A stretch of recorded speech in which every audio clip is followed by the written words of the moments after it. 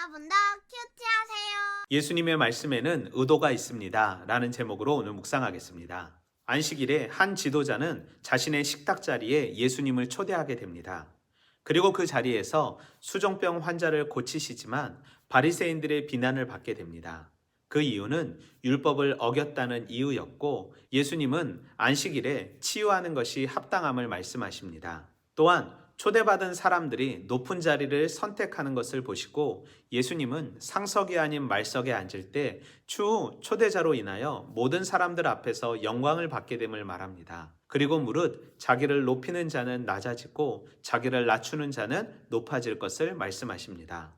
또한 초대자들에게는 부유한 자가 아닌 가난하고 몸불편하고 저는 자, 맹인들을 청할 때 복이 있음을 말씀하시며 의인들의 부활 시에 보상을 받게 될 것을 말씀하십니다. 예수님이 청함받을 때 말석에 앉을 것을 말씀하신 이유는 당시의 연회 좌석 배치는 손님들의 사회적 지위를 공개적으로 드러내는 무대였기 때문입니다.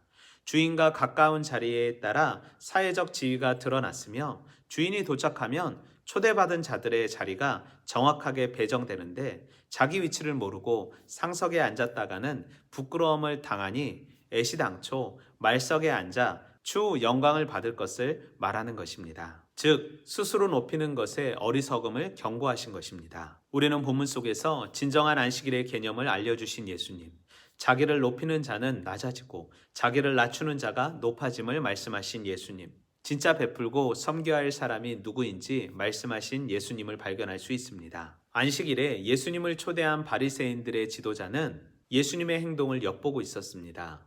그리고 함정을 파놓은 듯 안식일의 식탁 자리에 수종병이 든 사람이 등장하고 예수님은 그 사람을 고치십니다. 그리고 안식일 논쟁이 이루어졌고 예수님은 안식일에 병 고쳐주는 것이 합당함을 신명기 22장 4절의 말씀을 근거로 말씀하십니다.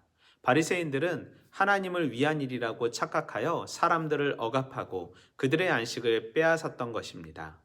그들의 관심은 자신의 명성과 권력뿐이었기에 예수님은 타인을 섬기는 자가 복됨을 말씀하십니다. 그리고 잔치의 좌석이 초청자에 의해 결정됨을 말씀하십니다.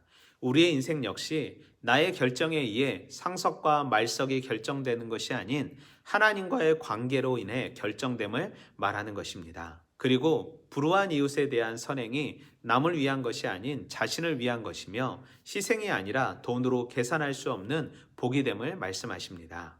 누군가의 흠집을 발견해서 깎아내리려는 비열한 모습이 아닌 누군가의 치유와 자유함에 함께 기뻐하고 즐거워해주는 삶 살길 소망합니다. 또한 스스로 높아지려는 어리석은 삶 살지 않길 다짐합니다. 그리고 내 인생의 복을 위해 내가 가진 것으로 섬기고 사랑하고 헌신하는 삶 살길 소망합니다. 내 이성과 지식으로 말씀을 판단하는 것이 아닌 오늘 나에게 주신 말씀에 선한 의도가 있음을 깨닫고 내 삶의 기준으로 삼길 소망합니다.